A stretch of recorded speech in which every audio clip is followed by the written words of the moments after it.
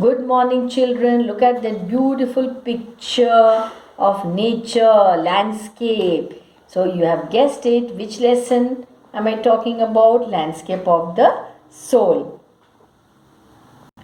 So, the first question, find out the correlates of yin and yang in other cultures. So, let us correlate it with other cultures. What? Yin and yang.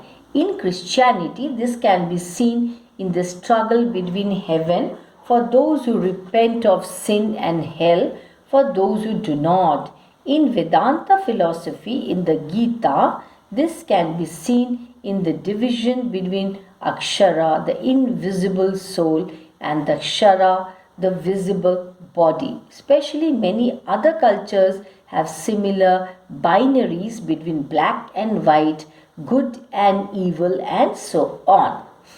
What is a language spoken in Flanders? Although Flanders is in Belgium, the language primarily spoken in the region is Dutch. Find out about as many Indian schools of painting as you can and write a short note on the distinctive features of each school. Mughal painting, very famous. This began during the reign of Humayun. Reign means rule, the second Mughal emperor. This style of painting was influenced heavily by Persian art. Mughal painters used bright colors. Always you'll see their paintings are so bright. Lovely colors are used. Focused on the fine details of costumes and gold and also captured scenes of wildlife and nature. You'll see deer and all other different kinds of wildlife. Most portraits of famous courtiers and royalty had the subjects posing with particular gestures of hands and face. Considered the golden period for miniature painting in India. It's very famous. Rajasthani painting. This style of painting began under the Rajput emperors after the 17th century.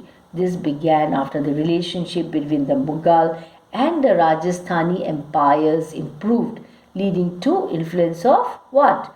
Mughal painting on local artists. Most of the painters choose their subjects as scenes taken from Hindu religious poetry. Traditional painting on walls was replaced by miniature paintings. Next we have the Pahari painting. What's that? Most of these painters practice their art in places like Kashmir, Punjab, Uttar Pradesh and neighboring territories. Here also a lot of bright colors were used with themes that varied from focusing on nature to depicting the gracefulness of female subjects. Next we have the Bengal School of Art, a more recent school which began during the British Raj in the early 20th century. It was a part of the Indian nationalist movement which sought to distinguish itself from art forms promoted in British art schools across India. Therefore, the themes focused on by painters were also those that may help promote Indian nationalism. Some other schools of art in India include tribal painting, Kerala mural painting, and so on. Find out about experiments in recycling that help in environmental conservation. Okay. Some recent efforts to cut down on environmental pollution include the setting up of recycling centers to collect material that can be used again like tin cans, plastic bottles and containers, electronic equipment and waste paper, the setting up of trash bins to separate degradable and non-degradable waste has also helped reduce the amount of waste in garbage dumps. Further, inventions like biodegradable bags and bottles, cars and running on electricity or water instead of petrol, robots to sift through trash cans to utilize waste and so on have helped the process of environmental conservation. Contrast the Chinese view of art with the European view. It's a very important question, children. In the Chinese view, art is a representation of the mind or the spirit, whereas in the European view, it is of the figure of the body. While Chinese paintings reveal the inner world, the European paintings Uh, the European paintings, what do? They lay emphasis on a true representation of the physical appearance of the subjects. The examples of paintings by Wu Daozi and Quentin Metzis are representative of this difference. The painting by Metzis is lifelike, it is an exact representation of a fly. The painting of Daozi, on the other hand, is not only beautiful but alive too. It has a way within that only the painter is aware of. What do you understand by the terms outsider art and art brut or raw art? Outsider art is a term that describes artistic creations by someone who has no formal training to be an artist. However, they show unmistakable artistic talent and insight, and their work poses a stimulating contrast to the mainstream art.